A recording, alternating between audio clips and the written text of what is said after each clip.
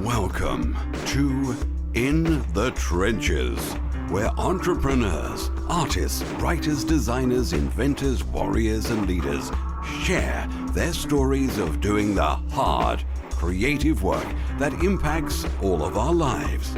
Let the journey inspire you to do something worthwhile, build something bold, and create your life's work. And now, your host, Tom Morkis. Hey everyone, welcome back to another broadcast of In the Trenches. I'm very excited to have Kyle Gray on the show with us today. Kyle's a buddy of mine. We go, I would say, way back, at least in the internet space a little bit. And interestingly enough, and maybe we'll get into this a little bit, met him on a random island in Thailand a few years back when we were both working with the same person on different projects, funny enough. And today we're going to be talking about kind of what he's doing today, which is all around content marketing strategy and content marketing itself, not necessarily on, say, the writing piece, but how do you actually develop like the strategy around the content that you produce?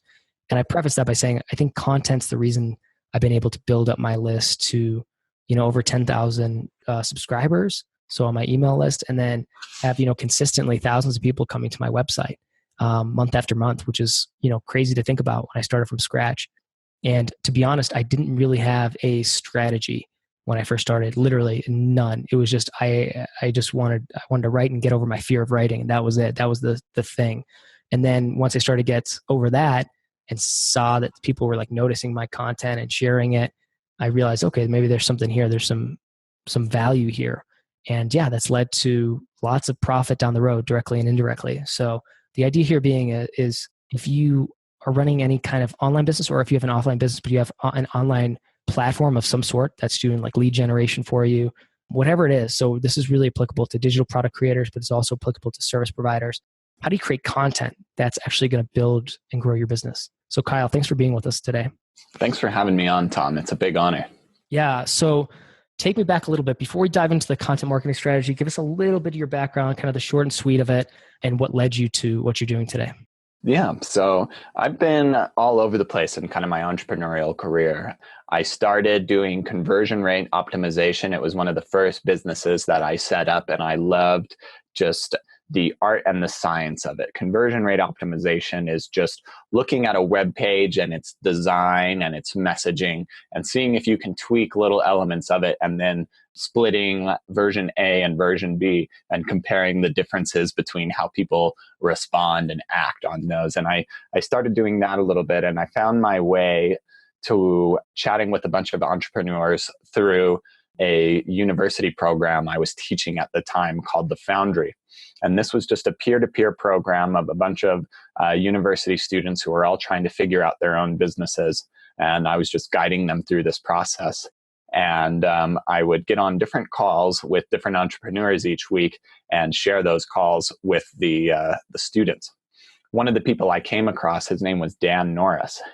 Just like kind of what you were just saying recently about building up a big list, just this simple podcast created a few really good relationships and had a few good conversations.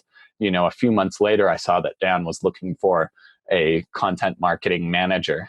And though I hadn't done a lot of written content in blogs before, I thought that this was a super exciting job. I had just talked to Dan, and he was putting together a great book. And so I remember just seeing the email go out about that opportunity. I dropped everything I was doing, typing away frantically this email of like, I'm so excited. Let's make this happen. Sure enough, a few months later, I was on a plane to Thailand to meet Dan Norris and start working with WP Curve. And so my job there, Dan had been creating content for over maybe 5 to 7 years at the time, and had written a lot about marketing, a lot about startups, a lot of different things. But his business was becoming really, really successful and growing really fast. And as your business grows and grows, as a lot of people know, you start to get more and more busy. And the process of writing and the process of creating great content is really demanding. You can be a really good writer, but it's still going to be hard to show up and face a blank page, no matter how talented you are. And so Dan wanted to bring on some help. creating this content for him and telling his brand story in a way that was still true to him, to the brand he had created through his blog, but not have him doing a lot of the legwork. And so I started out by working with a few guest writers, writing posts myself, and trying to manage all of these things. And I quickly learned how difficult and challenging it all can be. Trying to send a post back and forth remotely and saying, okay, this part's no good, that part's no good, slows things down. And when you have ambitious goals to publish 2 pieces of content or 3 pieces of long form 2,000 word plus content a week, this back and forth can kind of take a lot of time and slow you down. It was very, very challenging at first. And I feel like I almost burned out kind of early on. But in those burnout moments, you find those insights. And from that point on, I decided to really work hard on the processes and the kind of the guidelines and checklists that we were developing, instead of trying to work so hard on correcting every post and trying to force things to work through my own effort. And so this changed things from, if I ever got feedback from Dan, or if I ever gave a writer that I was working with feedback, I would go back to our style guide and I would put it into our style guide. And I also we had a content strategy as well, but it was a little bit underdeveloped. Dan, like you, he's super brilliant at what he was doing, and he knew his audience and had this kind of like natural sense of where the blog was going, just as a result of doing content marketing for 5-7+ years. But the actual written strategy didn't quite capture this vision that Dan had. So I went back to the strategy and really started writing it down in a way that I could have this document, these 2 documents that I could share with writers, saying, here's our content strategy. This is the big picture of what we're trying to achieve here. This is the brand and the message that we want to communicate. This is the feeling and experience that we want people to have when they show up on our site. And then here's the style guide. And these are the specific guidelines to what we're looking for. What are our headers going to look like? What do the images look like? How big are they? How many keywords do we have in a post? How long is a post? And the relationship and the dynamic started to change. And I was able to hit the goals of producing enough content each week and each month that we had set. And working with writers went from this herding cats crazy process to something that was relatively predictable and easy to work with and very, very highly manageable. And it was all because of these processes that I was developing. Yeah. And that was something that WP Curve thrived on as a managing a group of 40 developers at the time I was there. It probably got much bigger, but 40 developers of people around the world working all hours of the day, trying to provide a 24/7 service. This company was totally thrived on just creating good documented processes so that everybody could follow the same instructions. And I think that's probably the most valuable skill I came away with. Yeah. So let's break it down. And again, I like the Dan Norris story. I think it's a great one. I think he's, one of the better, if not one of the best, like content creators out there for sure. So being able to kind of get inside his brain and then develop and systematize like his way of thinking and creating content, and content is just, it's putting ideas into words and into making ideas transferable, really, when you really think about it. But let's not go into the theory behind content. Let's talk a little bit about strategy and kind of where we start with that. So like, here's the deal. Probably the average person, I would say, is like, oh yeah, blogging, I should blog. Like, I mean, everybody probably thinks that at one time if they're thinking about doing something online, or even like maybe podcasting, like I should start a podcast, or like YouTube, or I should start a YouTube channel, whatever it is. And that's where it begins. And then they just kind of start going. And let's assume that the person has been doing this for a while. Maybe they're getting traction, maybe they're not. I guess what I'm curious about is, how do we approach something, probably somebody who is maybe established to some degree, as in has been writing or creating content a lot? Because I get this question a lot from people who have stagnated and they're like, oh, I have a blog, but I'm not really getting traffic, or blah, blah, blah. So walk me through it. How do we approach that? I have a blog, I have a website, or have whatever. I want to produce content in some way, shape, or form.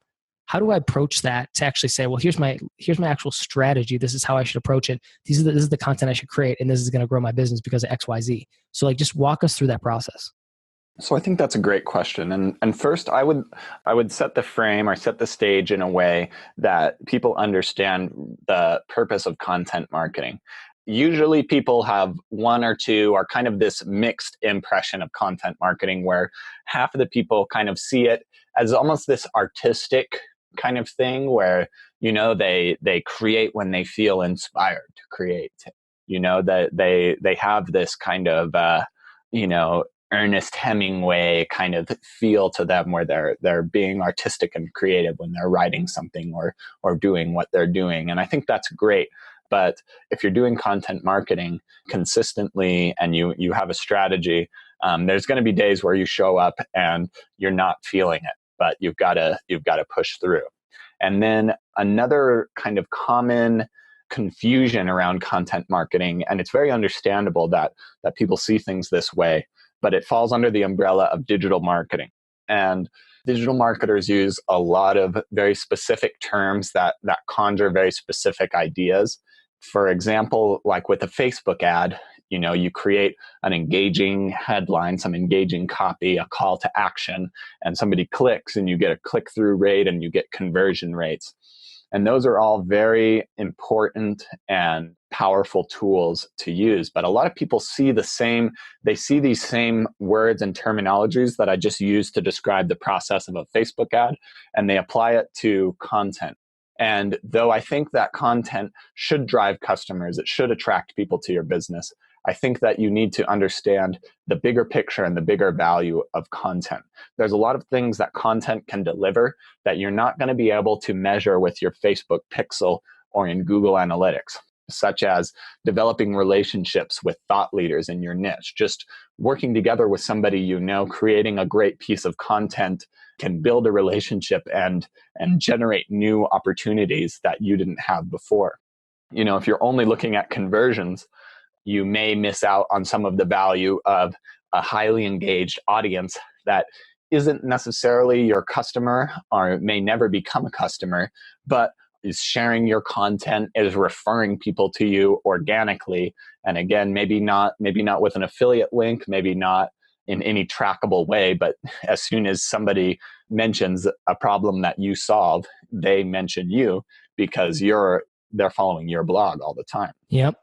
And so kind of understanding the bigger and broader world where I think it should be artistic, it should be authentic, it should be an extension of you, but you've got to go beyond, just this kind of creative sense of it. And you should incorporate digital marketing philosophies, but you shouldn't just see content marketing or a blog post that you create as a landing page.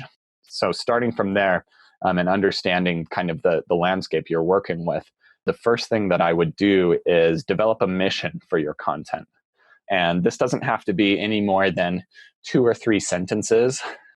You should imagine whoever you want to impact, your target customer or your target reader, and try to visualize what they're like right now before they start reading your content or listening to your content or consuming your content, however it is made. And then what do they look like after they've been using your content? How are they better? How are they happier? What problems have been solved? And then kind of describing what your mission is. And a mission should be something also that stands apart from your actual business in some ways. Your blog should serve a purpose all of its own.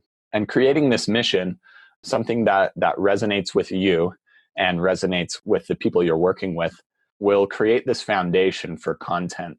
It will drive you and motivate you more, understanding your mission and your purpose. It'll create something bigger than yourself, and that will allow you to get through a lot of the days that it's just a slog.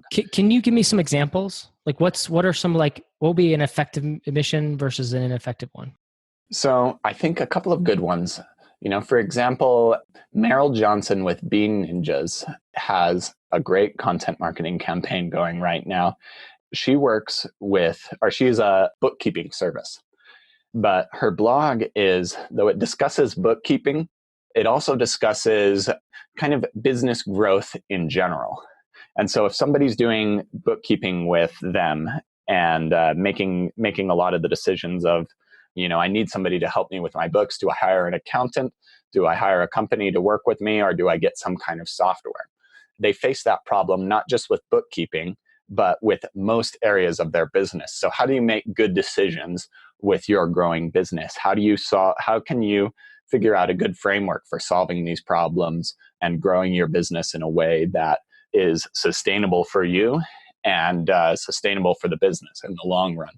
And so sometimes, software is the best solution. Sometimes making a new hire is the best solution. And so she works on that.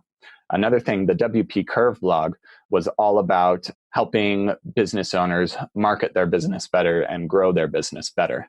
But a big difference, WP Curve was a WordPress support site. So if people would sign up and get unlimited WordPress development help for a small monthly fee. But what we were talking about was about content marketing, was about managing remote teams, was about, we were telling the story of the problems that we were solving in our own business and our own startup. And we came to that mission because we understood the customer to the point that we knew if somebody was willing to pay for WordPress development and support, then they probably had a business they wanted to work on. They were a bootstrapper and they wanted to grow their business quickly and keep their overhead costs low. And they were looking for lots of other similar solutions. Content marketing fits in that niche pretty well. So if I were to backward engineer this a little bit, I would say that because both of those, you give an example, it's, we do X, which helps a person with problem Y. So this person who has problem Y, like what are some other challenges that they have? And if we can help solve those, then that'll lead them to us on this topic. So otherwise, like I think the natural, does that make sense? Actually, kind of that deconstruction a little bit there. Yeah. That gets to the bigger point. But you should also just be able to have a mission that you can sum up in a couple of lines. We help entrepreneurs bring their message to the world. We help people become the best speakers, around. Something really simple like that. That you can sum up in a tiny little elevator speech, and something that's super clear to you and really the why behind it. Okay, so that makes sense to me, and I guess the reason I bring that up is because I feel like you see the struggle I think a lot with content creators or especially people who think they have like a dull business. Mm-hmm. And I was having a conversation this last week with somebody like that who's like, oh, what I do is really boring, and so I was like, well, it was like a credit card processing. And it's like, yeah, maybe, I guess that's boring. I mean, I don't know. Who knows, right? But it's like, well, what could somebody who needs credit card processing, like a certain level of business is doing certain millions of dollars, like what are the challenges that they have? Maybe the problem is reducing overhead, finding ways to get more money from the money you're already making, because if you think about it, if somebody comes to a blog or a website where it's like, okay, focused on multi-million-dollar businesses, we'll say maybe 2 to 10 million. And it's how can you like squeeze out an extra $100,000 a year from your business just by making some calls or shifting some, like making very small changes, very small tweaks. Then they find out, oh, this payment processor can actually help me save money. Does that make sense? Would that be like, yeah, you got it? Like that's like an indirect way and an indirect approach to do this kind of thing, or is there more, or do I need to think more deeply about this? So I think that tactically that's right on. Yeah. But I think that you're right. There does need to be kind of a deeper connection. Like, there's a reason that entrepreneur chose to do credit card processing. They have some kind of story, some kind of background, some kind of why. And I would encourage, to bring out the why a little bit more and to make it kind of a higher level aspirational thing too. Interesting. And so bringing that in and saying, I want, people to be able to save a little bit more money on their businesses because I had a great startup for a while and it drove me crazy. And I worked 18-hour days, 6 days a week, and I burned out and I couldn't hang out with my family. So I knew that if I could cut out $100,000 of overhead costs from my business, that I wouldn't have to work so hard all the time. I could hire some new people and then I could hang out with my kids more. And so that's kind of the the why they're doing it. I want to Let me help do a others. quick pause there, Kyle, because that's really good. And I feel like I'm probably the kind of person who does overlook those kind of things, even though I recognize the power of story. But I'm like a very tactical type person anyway. And I immediately project that other people are too. And it's like, okay, yeah, I see the value. Like this is going to be it. But I do see like everybody does these kind of story things. And I'm always like very hesitant to tie my own story into things for whatever number of reasons. But basically what you're saying to me is, yeah, you can, even if you can identify like a great way to like create content that's going to be super valuable, you still want to tie in some sort of personal story, personal motivation behind it. Exactly. I mean, because this, again, your mission and your strategy, it creates something bigger than yourself. And if you see this problem, the story that you have in your own life is very important and personal to you, but you can definitely imagine that if you've had a problem, there's hundreds, if not thousands of other people that have had that same problem. And, this gives something people can resonate with. If you have a good mission that people can quickly understand and resonate with and have this kind of story-driven element into it, people connect with it. This will help if you've got a bigger business with a larger team. Your team members can see this and feel this and be more engaged in the content marketing. Got it. And it sounds like, so I think that like if I were to summarize that point without watering it down too much, but I think people, should be able to take the rest of it from that. But it needs to be aspirational. The mission has to be aspirational. There has to be something that it's going to improve my life, but also like tie back to the content creator to some degree or the company itself. And there has to be some sort of aspiration behind, or the content has to be aspirational and it has to be something that, that the content creators are inspired by, or that at least presumably are inspired by, because that's actually going to help hook people and get them more invested, more involved. Is that about right? That's exactly right. And it'll help hook you. It'll help keep you going and you encouraged through the ups and the downs of this process. Cool. So we have the mission. I'm curious to talk about, unless there's anything else you want to cover on that before we move on, like what do we do next? So we've touched on this a little bit, but I think then once we have the bigger mission, identifying core problems that you want to solve in your content. Now, again, if we go back to this artist archetype of somebody who's starting content marketing, they usually just have a random inspiration idea, come to them while they're walking down the street and they're like, oh, I've got to run back to my computer and start typing, or they want to solve, they write a blog post that solves one problem and then they figure out a new problem and they reinvent the wheel for every blog post they create, solving one problem. And that's good, but usually that means that there's not a lot of continuity between the blog posts, and it just takes a lot of effort. You have to start from zero with every post. But if you can, before you start creating content, identify a couple of core problems that you want to target, and we'll get into what a core problem means soon. But you identify a couple of these problems, then you are able to do a lot of the heavy lifting up front for many different blog posts that you can create in the future and really make your process a lot easier and more streamlined. And so if you understand a certain problem, a problem that's specific enough that you could say, I discussed this problem on my blog to a potential customer or a potential reader, and they would immediately recognize the problem. And they would immediately, have an emotional gut level reaction to, I know exactly what you're talking about with that problem. But also broad enough that you can write content nearly endlessly about this problem. So there's an interesting balance to keep there. And also... could you give us maybe a couple examples of, again, kind of bringing it down to earth for us, even if you want to leverage some of the other examples that you and tie them into it, but like, give me some examples of what that would look like. So for a company I'm currently working with called Advance Your Reach, whose mission is to help people bring their message to the world by getting on different stages at different conferences, we've targeted 3 core problems. One of them is story, how to use storytelling in your business, how to tell your story online, how your story can impact your talk on your stage. So it's all about the power of storytelling. The second one is stage. How do you reach out to meeting planners? How do you research different stages, conferences, events in your hometown, in places you want to visit? And what are some ways that you can be prepared for a better stage? for a certain event? Would you want to take maybe just a breakout session over a keynote?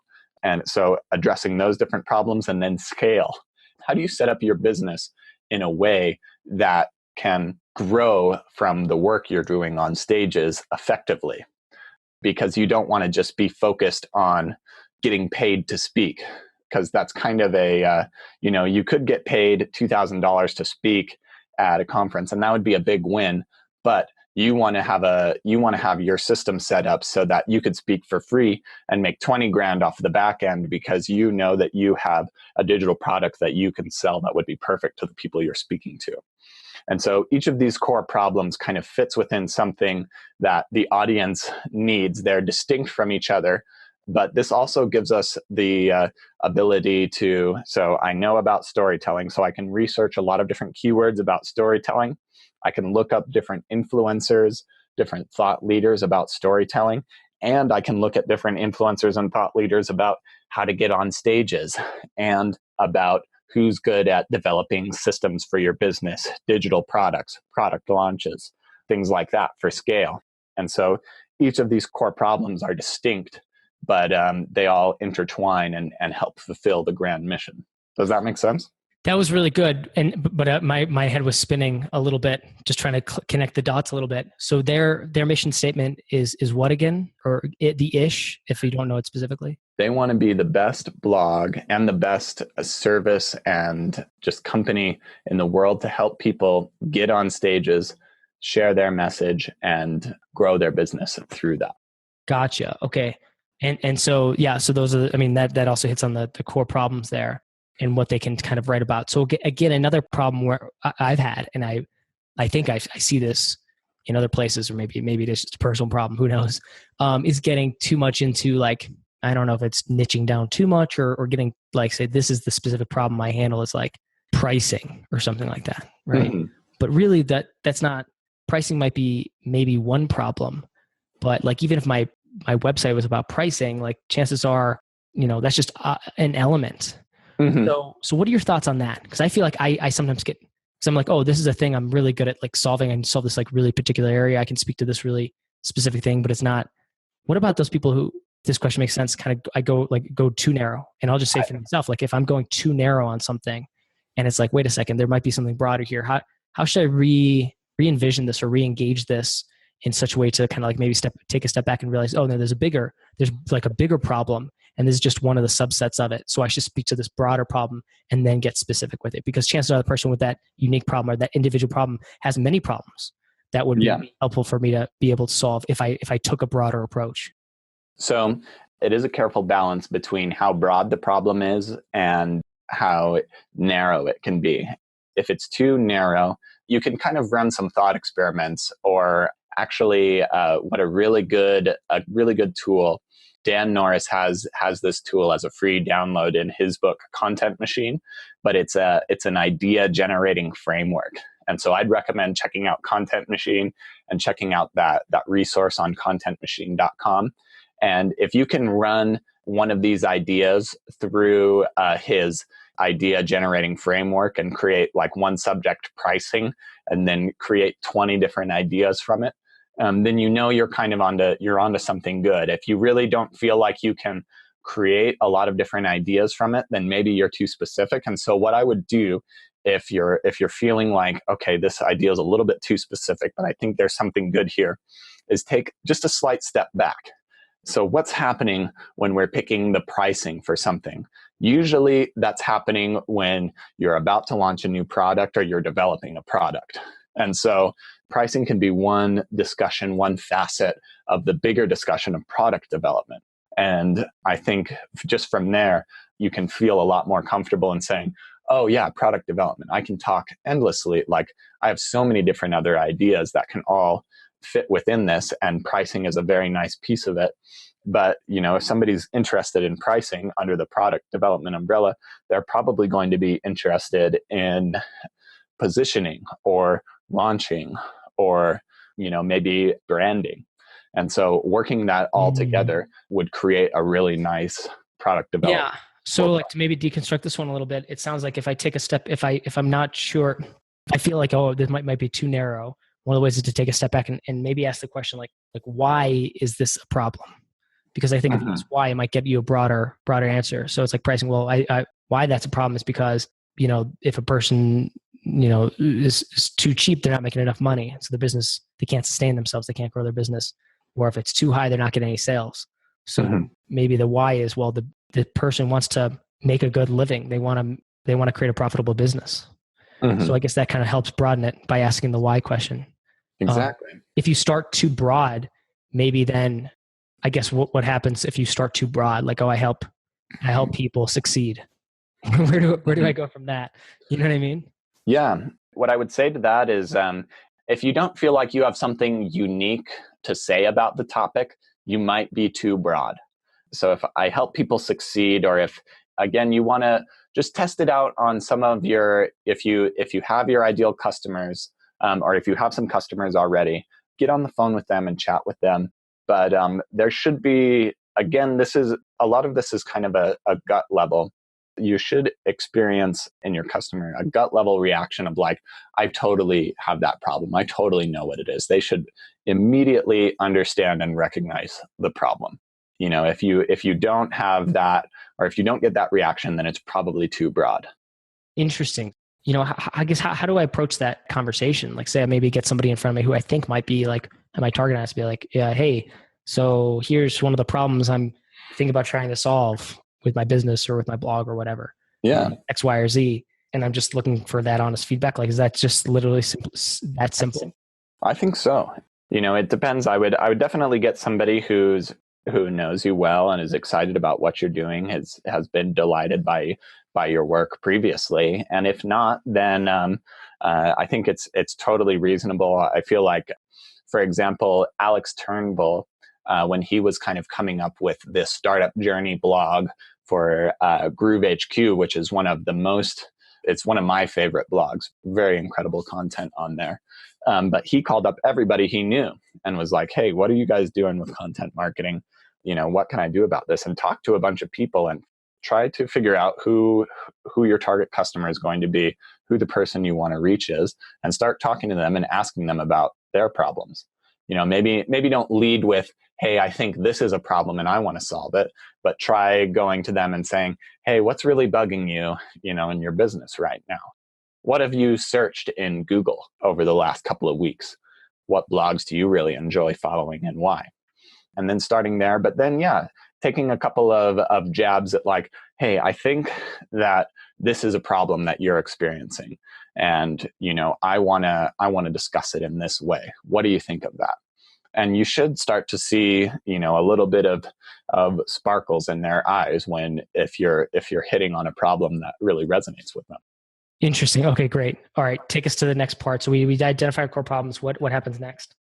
So I think that a great place to start from there, once you have your core problems, what's good about these core problems is they're usually not directly related to the problem that your business solves. They're kind of parallel. Again, if person has problem A that we solve with our business, they probably have B, C, and D.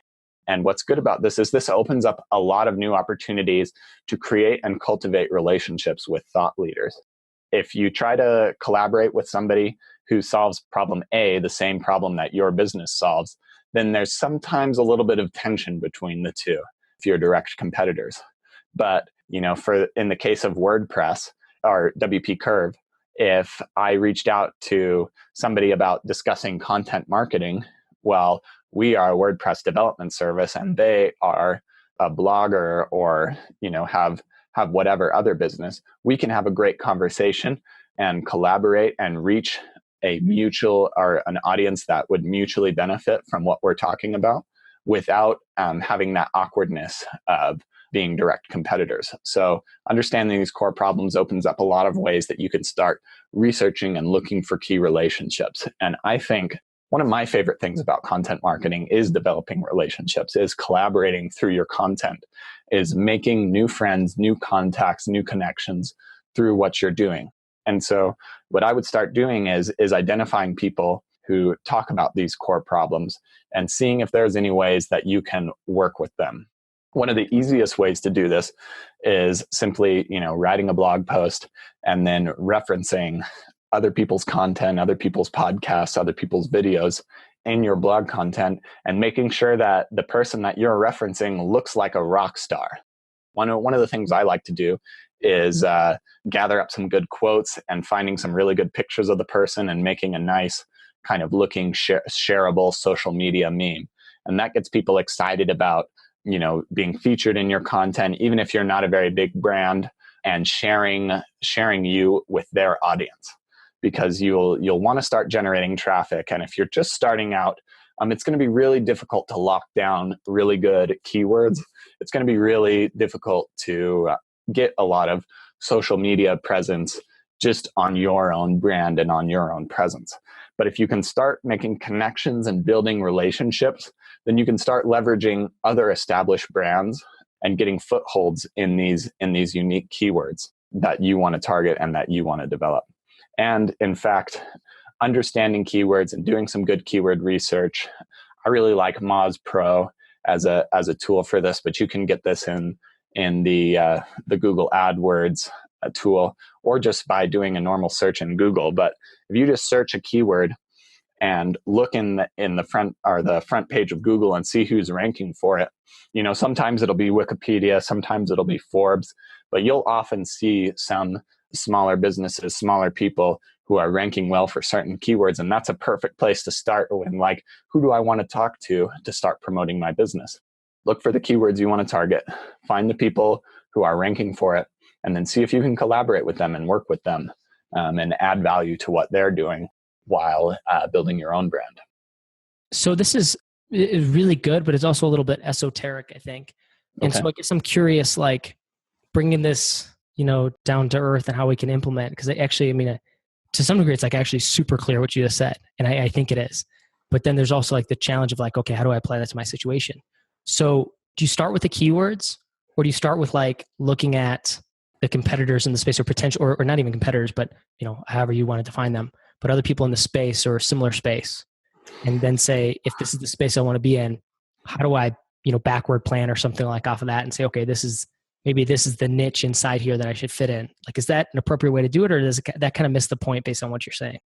I don't think there's a specific starting point or a specific sequence. I think both are excellent strategies.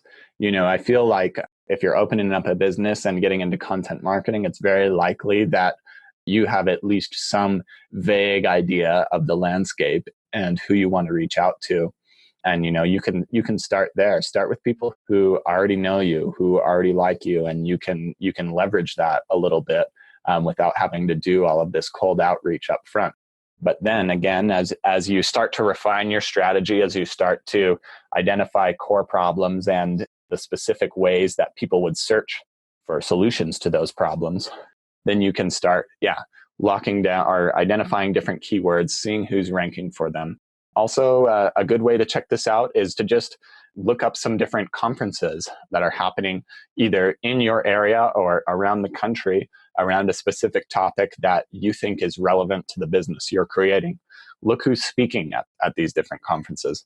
A lot of the times you'll see different social media hashtags or collections related to these conferences as well. Look in and see who's chatting there and what they're up to and what they're doing.